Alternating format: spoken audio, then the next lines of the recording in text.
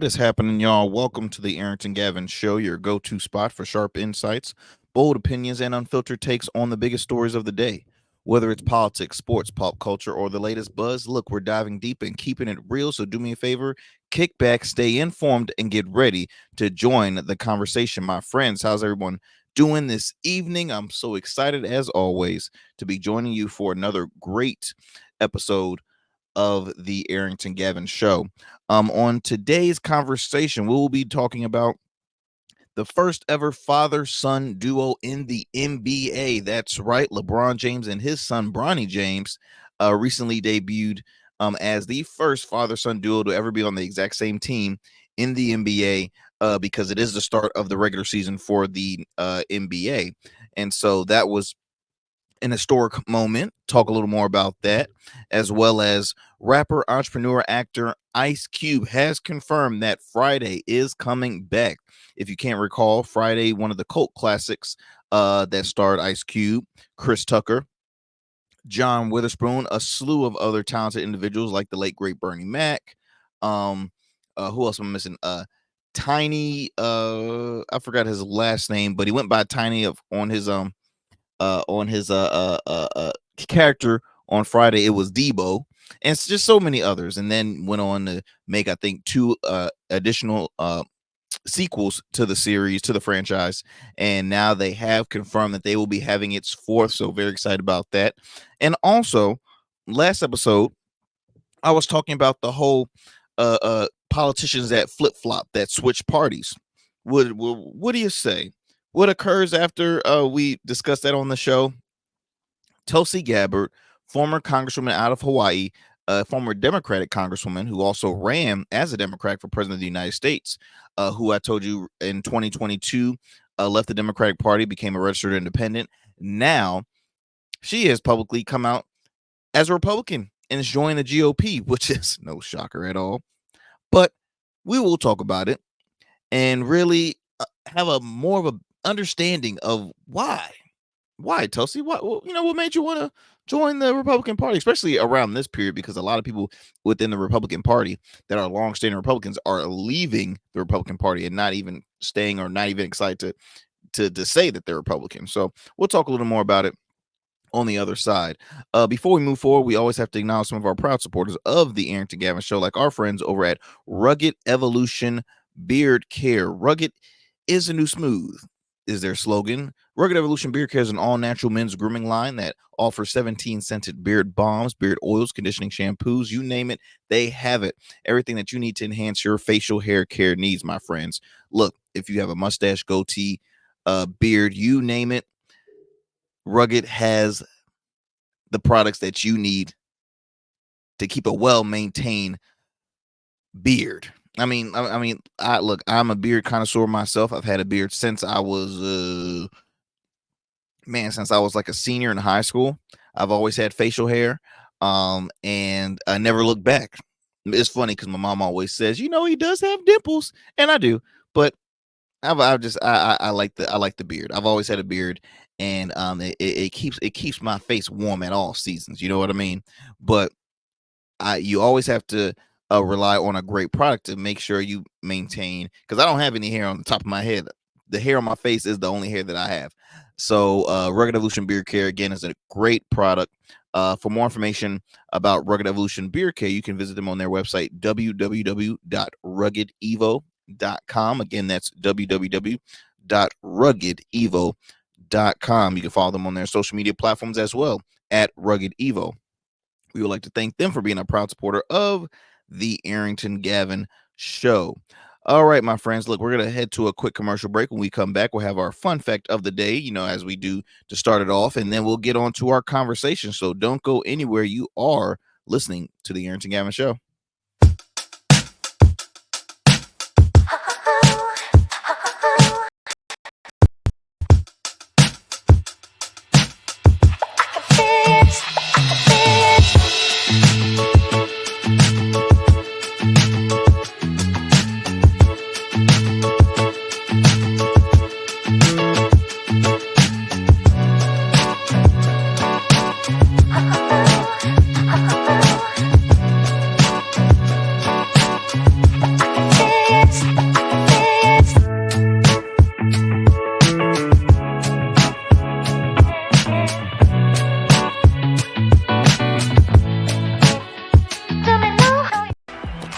know, just like a winning team evolves throughout the season, so does your beard. I'm Arrington Gavin, proud CEO of Rugged Evolution Beard Care. With our premium oils, balms, and grooming tools, it's everything you need to level up your beard game. Whether you're a seasoned pro or a rookie, Rugged Evolution is the new smooth. Order now and dominate the beard game like never before. Rugged Evolution Beard Care, because every beard deserves to be legendary.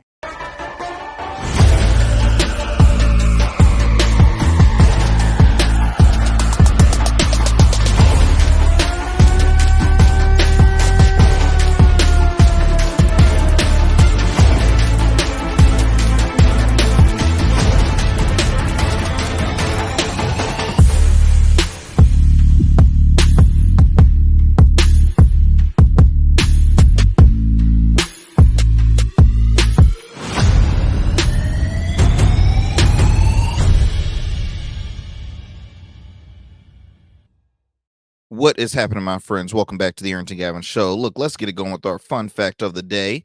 And this fun fact is, for all you historians out there that are big on geography, theology, all those historian terminologies that I can't pronounce. I think I'm getting it right. So, did you guys know that Alexander the Great may have been buried alive? Did you know? Did you know? It says here that the theory possesses that during the embalming process, a coma-like state could have been mistaken for death, leading to his premature burial. So that's why the theory comes out that he possibly might have been buried alive. Yikes. That's quite horrifying. He died in 323 BC, by the way. Just in case if you're curious. When he died? Oh, I thought he died like last week. No, it was long time ago. All right, let's get it going with, what do we want to start with first? Let's start with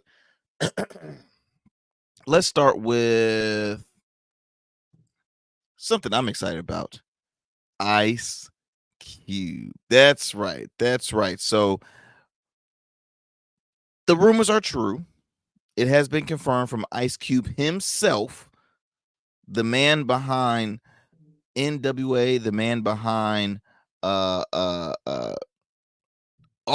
many great films, but most of all, the cult classic, one of my all-time favorites, is Friday. Now, I'm a huge comedian buff. I love comedy films, and really, you can honestly say that Friday is which was the rise of comedian Chris Tucker's career, a huge boost in his career, because Chris Tucker was a regular on Def Comedy Jam, which during that early period, or the early 90s, that was an iconic pro show that was hosted by the comedic legend Martin Lawrence.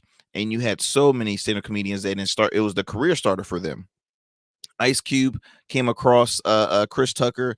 They became a match made in heaven. And the first film really by far is the best out of the series. I would say the first and the third was very memorable too, because then you brought in Cat Williams, you had Ricky Smiley.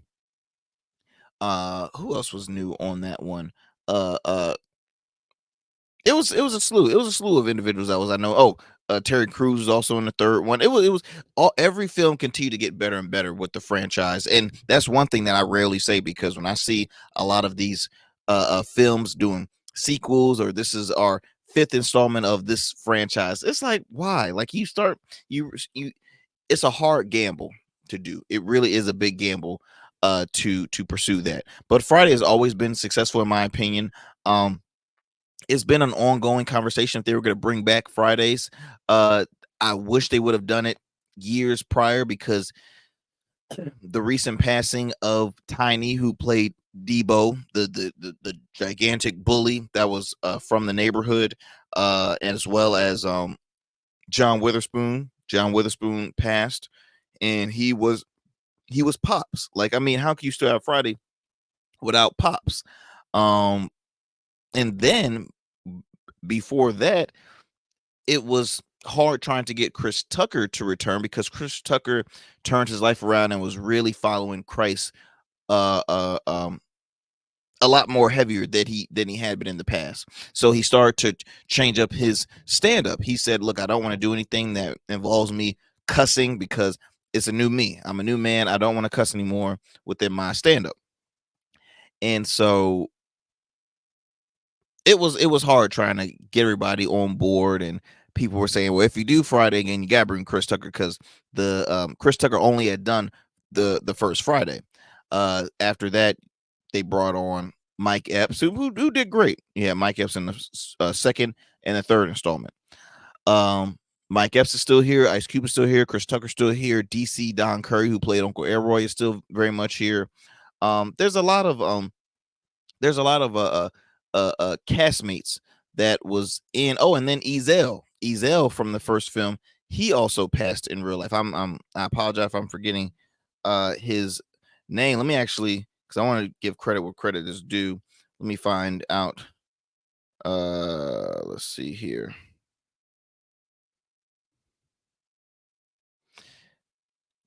Anthony Johnson had passed. Ronaldo Ray, who played Red's father, he passed. Yvette Wilson, she was in the first one, she passed. I mean, there was a lot of people from, at least from the first one, that has passed on. I mentioned too Bernie Mac, Tommy Lister Jr., who played Debo, I called him Tiny, and John Witherspoon. So it's, you lost quite a bit of the core from that film. Uh, uh, uh, but again, you do have so many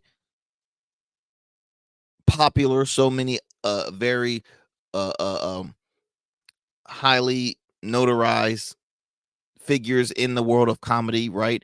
You got DC Young Fly from Wild and Out, as well as the 85 South crew.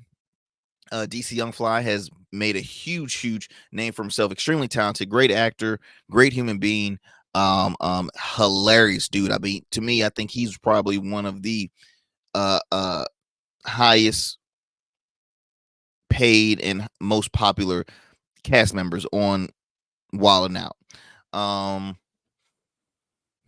So there's so many. Let me read a little more on this one. So it says here that yeah, it's coming back. He answered. He said, Ice Cube, that is. He said, we're gonna do what we need to make it dope, make it funny, bring it up to date, introduce new characters, bring back the old characters, create the feeling the movie gives you. He then went on to add that people love Friday because everyone experienced it. People love Friday because everybody's lived Friday, hanging out with their homies, with their friends, with their cousins, trying to figure out what they're gonna do today, just tripping off the neighborhood. It's so relatable in that way because everyone has lived 1,000 Fridays. I couldn't agree more. I could not agree more, because Friday's like, man, what you getting into today? Man, I mean, nothing right now, man. What you getting into? Such and such got that. They supposed to be having a party later this evening. You want to try and hit up, or they gonna hit up such and such down the street? You want to hit up? Yeah, man. Let me go ahead and shower. Matter of fact, let me go to the gym a little bit. She gonna be there. Is Teresa gonna be there? You know what I mean? Like, we all had that Friday moment. So it's, and like Ice Cube said, it's very relatable. Look, we're living in a era right now, in a time period where it's all things election, all things politics. It's extremely stressful. Like, I was actually at the gym early this morning, early this morning, and I was listening to, what was I listening to? Either I had uh CNN I was listening to. I think this morning they were playing a soundbite. Yeah, they were playing a soundbite of just like the timeline that was occurring with this whole political process, right? They started off by, talking about all the uh, uh, Donald Trump's 34 felony counts, right? It was like backtracking when the jury said, okay, guilty, guilty, guilty, and then went on to moving to Joe Biden dropping out the presidential race. Then it went on to now Kamala Harris is in. Now it went on to this and that, and it was just so much. And it's just like, bruh, we need like a really good laugh. We need a really good movie that can bring everybody back together. I'm telling you, Friday is that film. Friday took place in Compton, California, and it was, I mean, it was a movie like no other. Like, I mean, the first Friday, if you can't remember, like, how you get fired on your day off, like just little things like that. Pops, John Witherspoon, the late great, R.I.P. He said, every time I'm in the kitchen, you in the kitchen, eating up all of this, eating up all of that. I mean, it was so relatable. You had a unemployed grown man living with his parents, eating all the food, not pulling his weight around there. Then, instead of trying to find a job, he want to start getting in trouble. And I mean, he had it was a issue with a bully within the neighborhood, who was a criminal. He wanted, Ice Cube wanted to pull out a gun and kill him. John Witherspoon says something that I always repeat, just in it to everybody, anybody going through something, especially that wants to fight.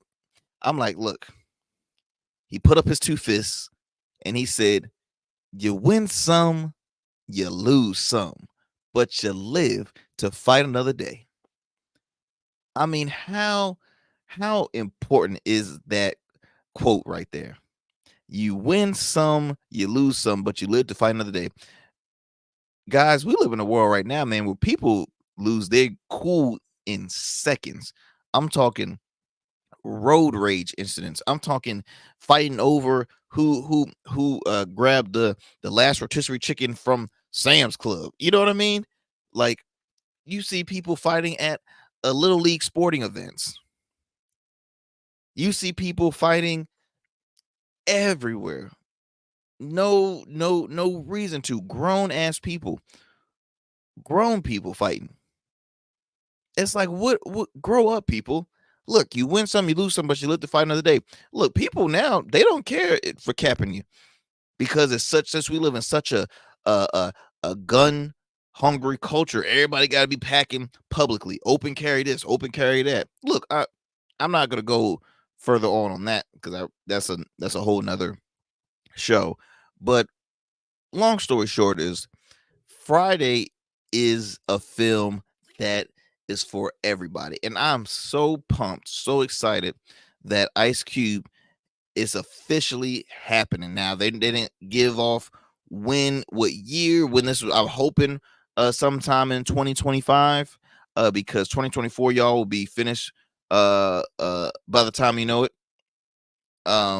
It will well, by the time you know it will be finished very shortly, because it is the holiday season. I mean, what we're are we even in Halloween? So yeah, no, yeah, we're it's Christmas shopping now. I mean, I know people are already doing their holiday shopping, which I ain't mad at them. Get it, get out the way, while it's up now. I mean, you got sales, I guess, and all that jazz. But yeah, I'm excited for this, y'all. I'm excited for this. So big ups to Ice Cube, the legend, the founder of also the Big Three. If you ever checked out his sports basketball league, the Big Three is very, very popular as well. So Ice Cube stay in the money. He's staying the money. Remember, Ice Cube, can you give me a job? You should start either a podcast network or something involving podcasting and radio. I'm a guy. Hit me up. So moving on, my friends. Moving on. I want to first by acknowledging that in a lot of states, early voting is hitting record numbers. Okay, early voting is hitting record numbers. Recently in Georgia, if I'm not mistaken, I think it was, yes, Georgia had, I'm trying to find the graphic for you, and really for myself too, because I want to pull up the exact number. that they had shown. Where is it? Where is it? Where is it? Where is that graphic? Where is that graphic? Okay, I think I might not have it. Well, anyway, y'all, I'll just explain that Georgia had saw record numbers in early voting because I think in the last election cycle it was around, I'm gonna say 150,000 early voters. Now this year it was around almost 400,000. A huge push. A huge push. Let's see right here. This is not in Georgia, but this is just nationally. Let me bring up this tracker for you.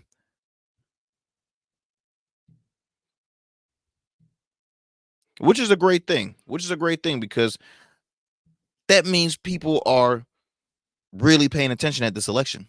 It's always big when you see early voted. When my wife and I early voted in our home city, it was amazing. Because the line was wrapped around our registrar's office.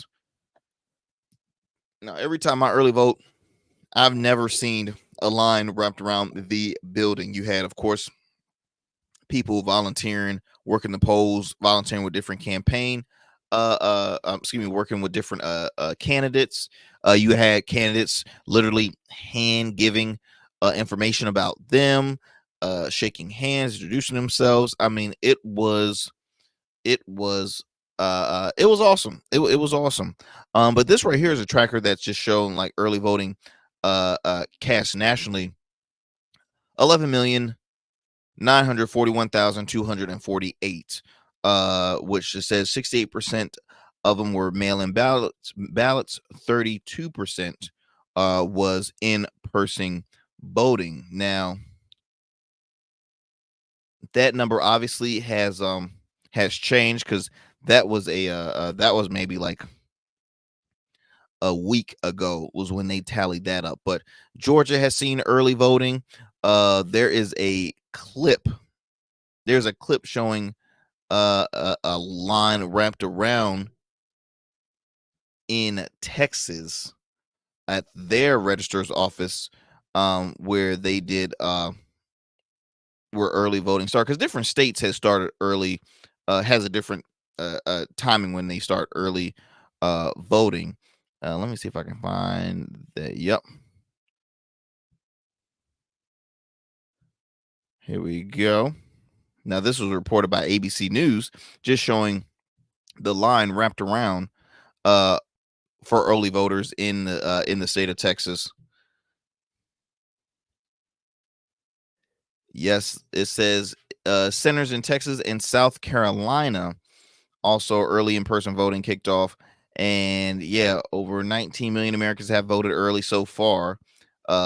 Yes, so the number did just go up. So I just told you 11 million. So yes, the number did go up even higher to around 19 million, because that was an older tracker that I just came across. Now, this video right here just shows a line of people in Texas.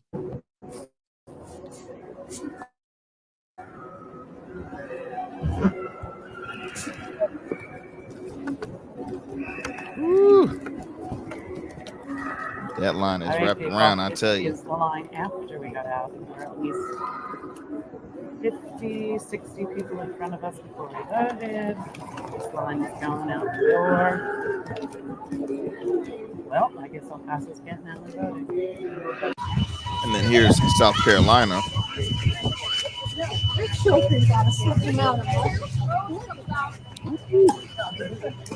They're going to get some Beyonce tickets.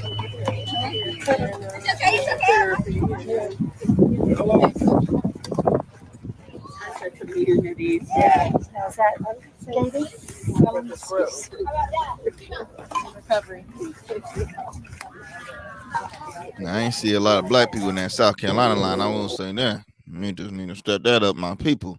I got to get our early vote too. There was a gentleman that was I think he might have ran for,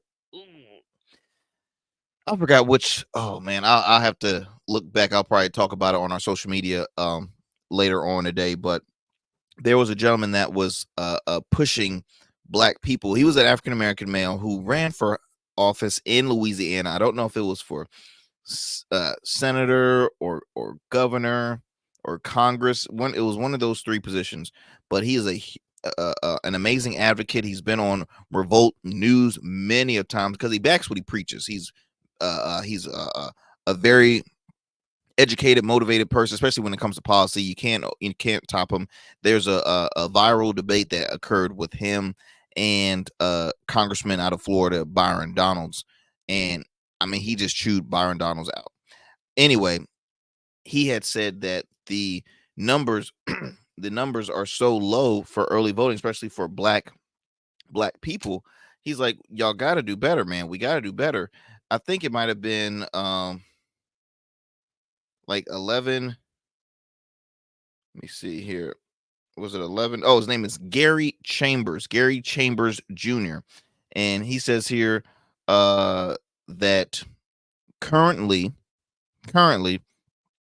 88,184 black voters out of 942,000 has gone early voting. Y'all, Louisiana, y'all gotta do better. Y'all have to do better. See, that's the big issue, because that occurs in my hometown as well.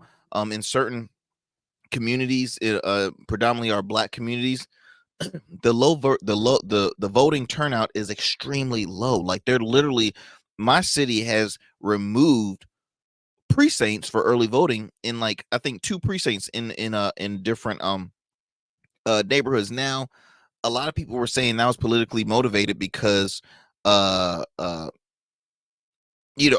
council is predominantly Republican. It's very, very red, right? And so they'll do whatever they can to get that win. So a lot of people are saying it was politically driven. Now,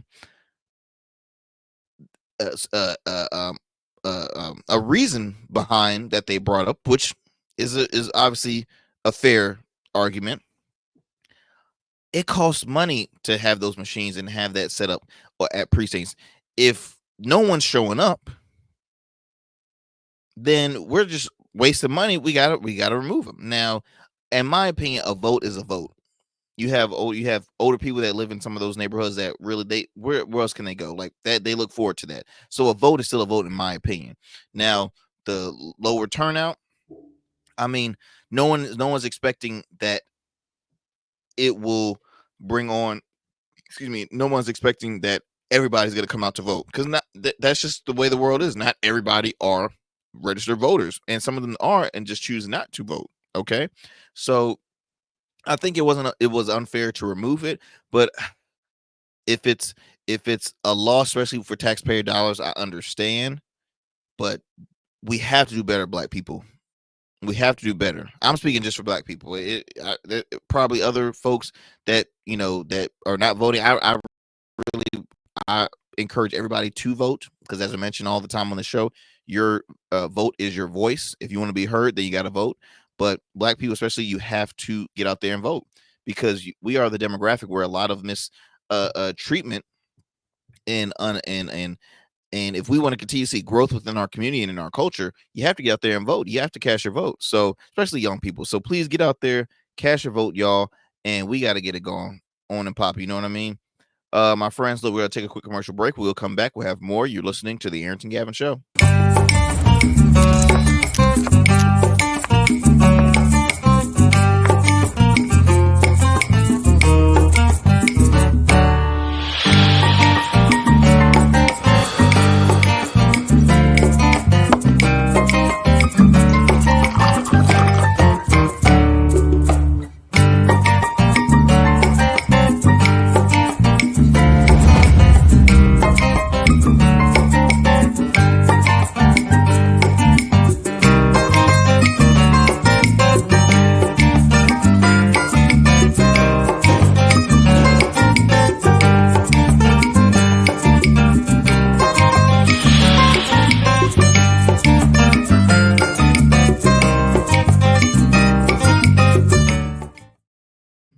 Welcome back, my friends, to the Arrington Gavin show. That was a quick break right there.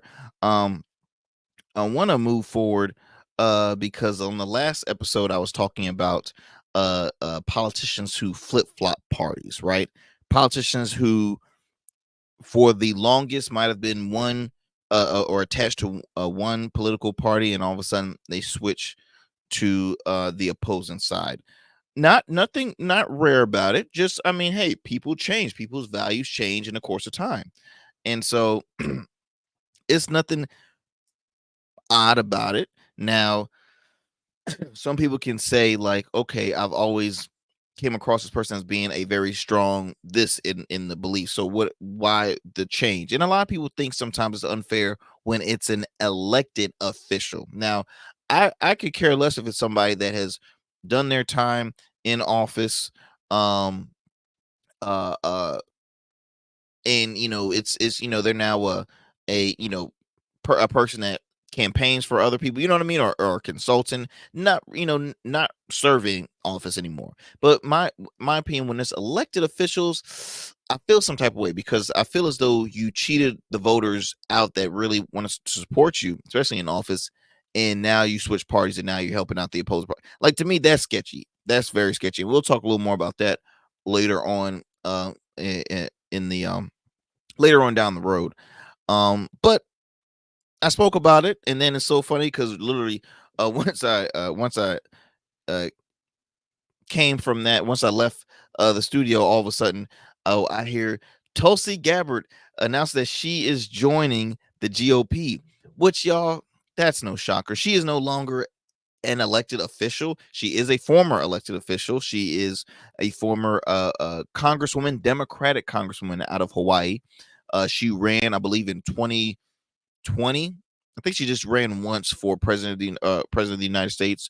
A lot of people were fans of her. She was a very young elected official out of Hawaii. Her father is also a former elected official, I think, out of Hawaii. If I'm not mistaken, I think he's still in the Democratic Party. I don't know. I don't think anything has changed from that, but he's a former elected official as well. Um, Tulsi Gabbard has had this huge transformation now. In my opinion, I think she was a bit upset that she never received the proper support when she ran for president of the United States. Right? She was a new face. She was young. Didn't get the backing from her party, and I hear a lot of times from people, Democratic elected officials, that, hey, look, we have our own issues within our own party. Likewise, my friends in the Republican Party will say the same thing. That, hey, we have issues within our own party that we got to take care of. So since then, when she finished her term, she was on and off appearing on Fox News. Okay, former Democrat elected official coming on Fox News. All right, nothing's wrong with that. Fox News is a very predominant conservative leaning and Republican leaning network, but she was always coming on there criticizing the Democratic Party, because when you see folks that are on there to criticize the party that they registered, most of the time I start to assume they're no longer really a part of that party. Just like, and I'm a huge fan of this guy, but Michael Steele. Michael Steele was a former RNC chairman. Okay, he's also a former lieutenant governor out of Maryland. He's still a registered Republican. He's on MSNBC. He's been on MSNBC forever. He co-hosts a program on MSNBC. He has his own podcast. He is always known to chew it into the Republican Party. Till everybody will always ask, why are you still a registered Republican? Now he considers him an Abraham Lincoln Republican, right? He's one of the founding members of the Lincoln Project, which was a group of Republicans that were anti-Trump supporters. And so you have so many people like that exist, still Republicans, but they are chewing into the new age Republican Party. Going back to Tulsi Gabbard, she had she was always on there criticizing until Fox said, "We want to offer you a job because you're doing so good. We love your talking points. We want to give you a full-time position." And so they did. They end up giving her a full-time position as a contributor for Fox News, and she was then a regular contributor, sometimes filling in the liberal seat on the 5. Many times here's when I knew she was going really on the far right, was when she guest hosted, I think one or twice or multiple times, then Tucker Carlson's show that was on Fox News. So right there and there, I'm like, a Democrat guest hosting Tucker Carlson's show? Something's a little fishy. Before she was a contributor, she was appearing on other platforms, other networks. Never ever was she appearing on left-leaning or even independent-leaning networks. She was appearing on Fox News. I saw her appear on Newsmax. Okay, she was appearing on strong far-right conservative networks. Oh, it gets even better. She was at the time still a registered Democrat. Spoke at CPAC. CPAC, the Conservative Political Action Committee or Conference, I think that's what it's called. CPAC is known to have, again, headliners like former President Donald Trump, Steve Bannon, Roger Stone, Charlie Kirk. I mean, the farthest of the far rightist conservative crooks, in my opinion, that you can possibly imagine. And guess what? She was also in attendance, and she was loved by so many. Oh, they just love them from Tulsi. Love them from Tulsi. She spoke many occasions, by the way. And so fast forward through all that stuff. In 2022, she then publicly said she is leaving the Democratic Party. She became an registered independent. She published a book about leaving the Democratic Party, how the Democratic Party is all so bad and this and that and the other. And look, it probably is. I go back to saying I think both party systems has humongous issues. I think both parties has serious money issues and bribery issues, right? You got crooks on both sides because there's so much value within the two-party system. So much money involved in those two-party systems, so much power and greed and stuff that happens. Now, obviously, I would say this: it's more, in my opinion, on the Republican side than it is the Democratic side. That's just my personal opinion. But I think both of them has issues that they need to handle. And going back to Tulsi Gabbard, yeah, she was publishing a book that was pretty popular. She was, still going around promoting that. She was, as a registered independent, she was campaigning with Republican candidates like Carrie Lake, who's running for, I believe it's either governor or senator out of Arizona. And so she was endorsing them, by the way. And so she was doing all the stuff that a Republican would do. Now, let's keep on going further out. So that in 2022, she left. She was an independent. And then, all of a sudden now, I hear that she has announced that she's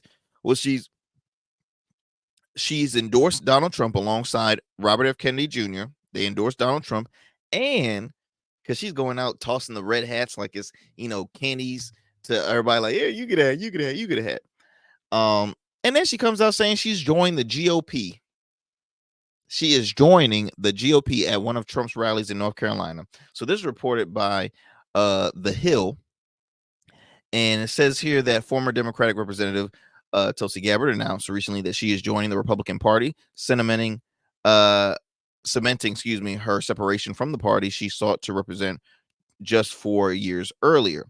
Tulsi made the announcement at a rally for former President Donald Trump, whose 2024 presidential bid she formally endorsed recently in August. Now, to me, reminds me of Vernon Jones. Vernon Jones is or was a long-standing elected congressman out of Georgia. He was elected as a Democrat.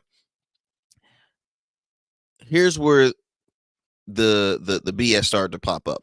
When Trump was seeking a re-election, this time it was against Biden. Yeah, he was seeking a re-election, and he had his RNC. It was virtual. Vernon Jones was the only Democrat that spoke at that. So he kept on saying, me, a Democrat, endorsing Donald Trump, standing with him, making America great again, yada, yada, yada. Okay, whatever. Vernon has been on this like stupid train because I've seen old clips when he was speaking at like black forums as an elected Democratic official, and just the demeanor, the tone, everything was different. Everything was more calmly personable. And then things changed when Trump got in office. When he elected Trump, he's like, oh, you're stupid, you're this, you're that, you're this. He's all this out of anger. And it's like, dude, who broke your heart? Like, what is this? It's like a girlfriend broke up with you or something. Like, calm down. He was just going crazy. And the funny thing is, he thought that people had his back. And so when he wanted to run for another position in office as a Republican, oh, guess who voted for him? Zero. The man ain't never win nothing. He's just now a part of the red tie crew. He's just that's all he does is kiss the ring and follow behind Donald Trump and all his convicted felony charges and cases. That's all he does. He has no political career anymore. He has nothing going for him. Just like, I'm sorry, Tulsi Gabbard. Oh, did I go there? Yes, I went there.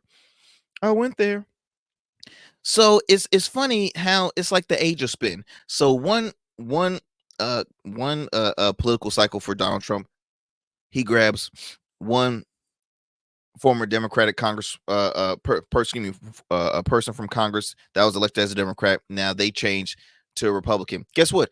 Vernon Jones is now a Republican. He announced at one of Trump's rallies that he is leaving the Democratic Party and he is joining the GOP.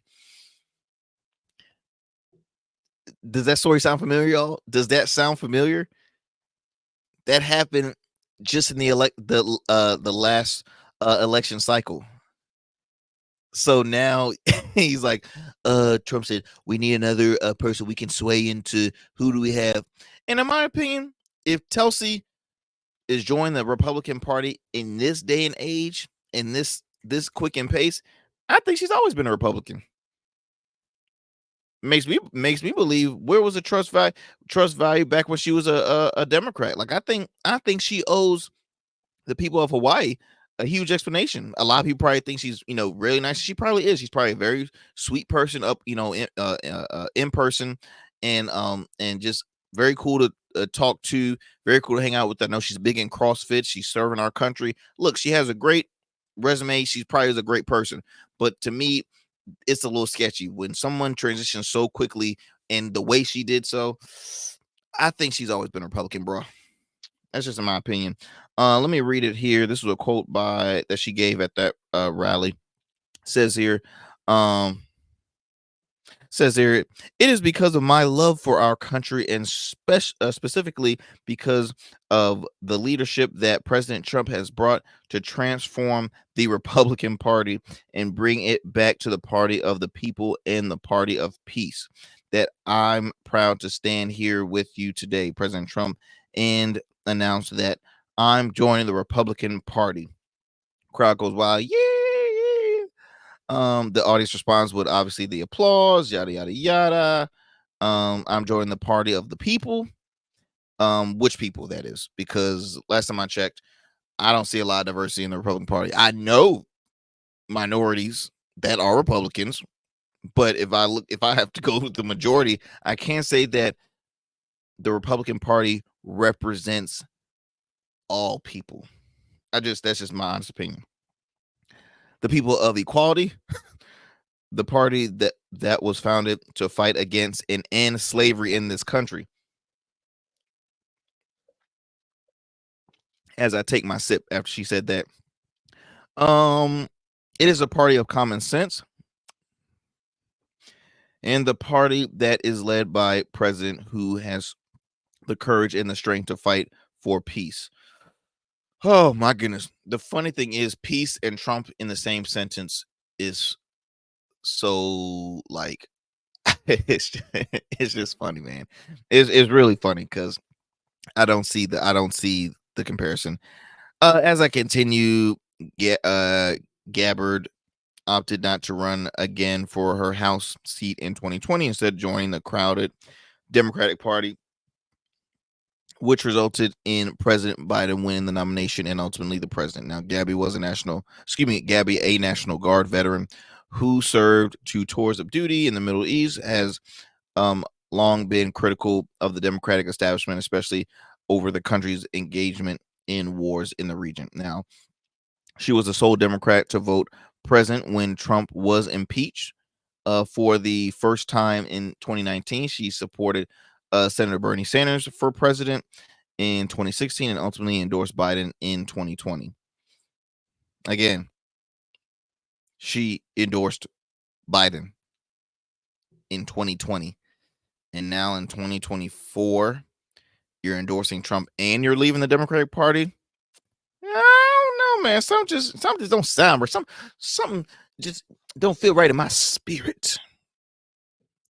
See, for all the for all the brothers and sisters out there, y'all know when the ladies be when they grab, I don't know, it's like they clench they like if they cold, like, whew, so I feel something in that spirit. When you feel something in that spirit, some just don't feel right in my spirit.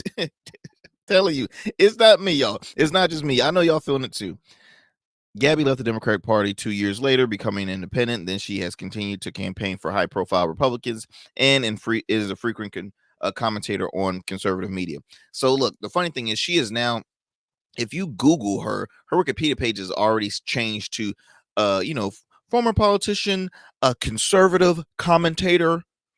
I mean, it's just Wikipedia is on it. They are very quick to move the needle on that.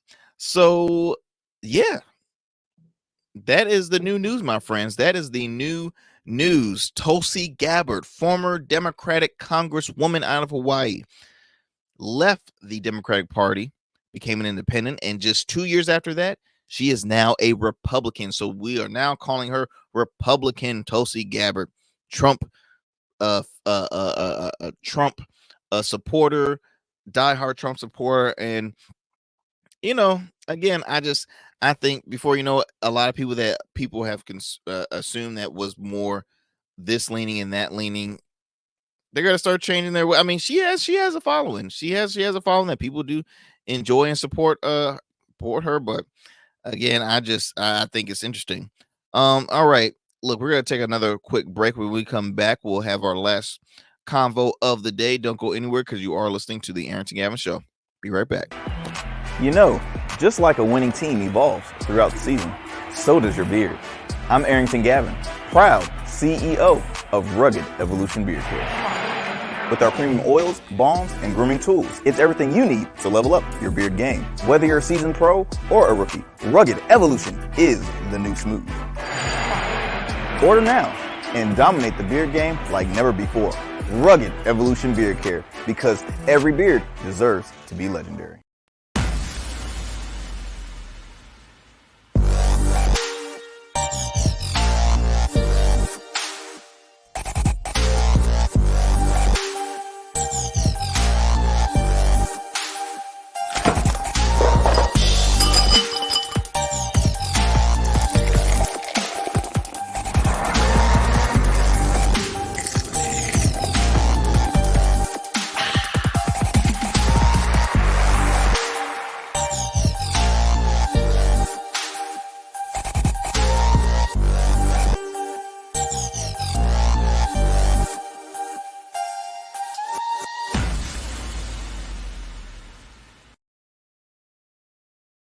Welcome back, my friends. Welcome back. All right. So, lastly, before we go, I wanted to bring up the first ever father-son duo in the NBA. Hey, that's right. LeBron James and his son Bronny James recently debuted as the first ever father-son duo to play on the same team in the NBA. Let me play this soundbite right here.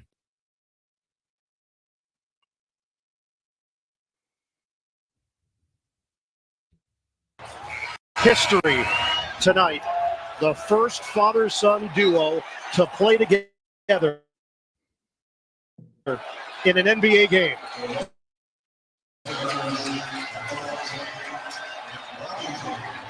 All in the family. And what a celebration for the James family. Ronnie's brother and sister, his mom on hand. History tonight. The first. And it was a special moment. Honestly, it's like cool to witness history, but you start to backtrack and be like, I mean, Bronny ain't scored no points. I mean, he did get he got a pass from his dad. Missed a three. Bronny so far hasn't scored any points in his NBA career. But they did end up winning against the Minnesota Timberwolves, so kudos to them. Bronny is 20 years old, right at 20. Did one season at USC. And the sad thing is because with the last name James and being LeBron James' son, obviously people are saying, he's only getting this credit and all this publicity because of who his dad is. And honestly, I kind of agree. If you look at his stats in college, I mean, let me read you his career stats. College, he played 25 games. He started in 6. His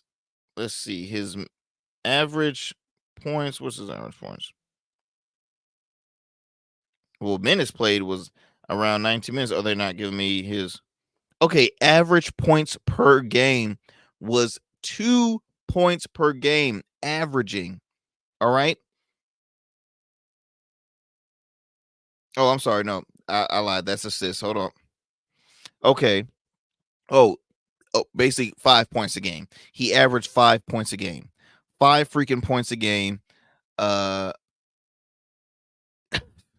let me see what he was drafted in the second round. Okay, I can understand. But I knew guys that had much better stats than this. And I think we talked about this a while back in comparison his stats to another player who was undrafted.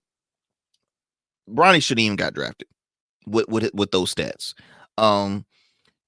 He is a point guard, shooting guard, 6'2", 210. Little guy. And compared to his dad, who's like, what, 6'8", 265, 250. Like he is not going to obviously be like his father. Personally, when his dad retires, I think he's going to be playing overseas. Seriously. I don't see a career lasting for him in the NBA. Now, if he continues to get better, builds up, because he's still a rookie. He's still very much a rookie. So it's an adjustment.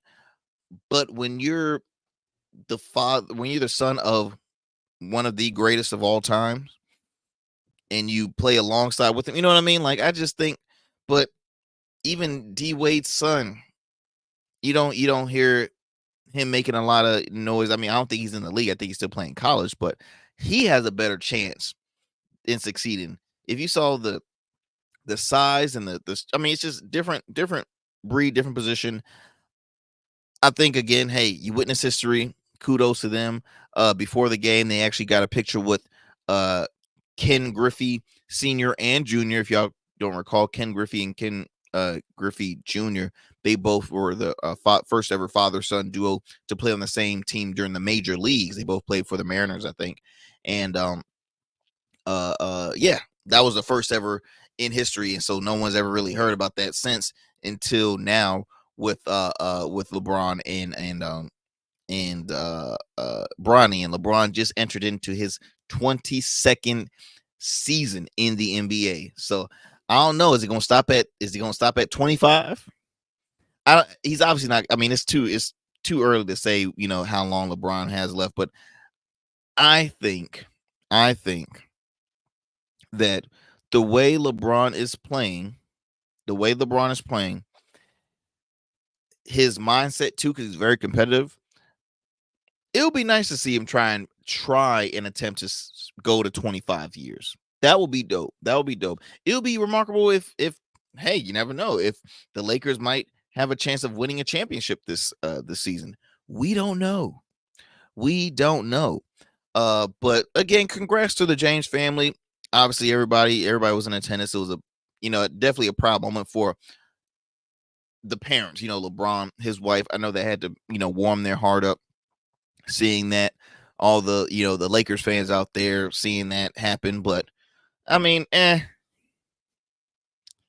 I said, LeBron ain't scored none. They won the game. Good for them. Even seeing him on the the squad. I mean, do you even think he will stay on the regular season bench like throughout the season, or is he going to go right there to the developmental league? Like, I mean, I don't know. I haven't really caught too much. I've seen a few highlights of Bronny play, and it's just like all he has is the last name. Like, I'm just being honest. But I'm gonna contact some of my friends in the sports world, especially basketball, and I want to get their take. Probably have them on to talk more about this and how can they what would they predict for Bronny's career in the NBA. So I would definitely bring that up. But yeah, that was a history right there being made this past not this past, but recently. And we will see, my friends. We will see how the regular season. My Knicks lost. They lost their first game of the season. But it's still, again, it's just the first game. No worries. We still got some more great stuff happening. We got a new squad. We made some big trades during the off season. So we will see how the season occurred. Look, right now, New York has a title in the WNBA, which congrats to the New York Liberty. And then we're on the cusp of having a World Series title with the Yankees. So look, we got some champs. It's just the Knicks always had, buzz of luck. How my mom described it. Also, guys, I will continue to follow up with these upcoming interviews that will happen on the Joe Rogan show, because apparently he's already on tap of scheduling an interview with Donald Trump a week coming on the show, which was funny because if I can't recall, Joe Rogan did say he had no interest on talking with or having Trump on the show, which obviously that's BS because they're contacting him and he's coming on there. And also the Kamala Harris campaign is talking about they're in the works of gathering the details to have her on Joe Rogan's podcast. So it will be interesting. But one thing you can say is, hey, it's crunch time, baby. It is crunch time. And we will see come November 5th who will come out victorious. Yeah, we will see. We will see, my friends. So look, do me a favor. Vote. Your voice is your vote. I will see you next time. Make sure to continue to tune into the Arrington Gavin Show Monday through Fridays at 11 p.m. on WDJY 99.1 FM Straight Talk, as well as on wherever you get your podcasts and on the streaming platforms of YouTube and Rumble. I'll see you next time, my friends.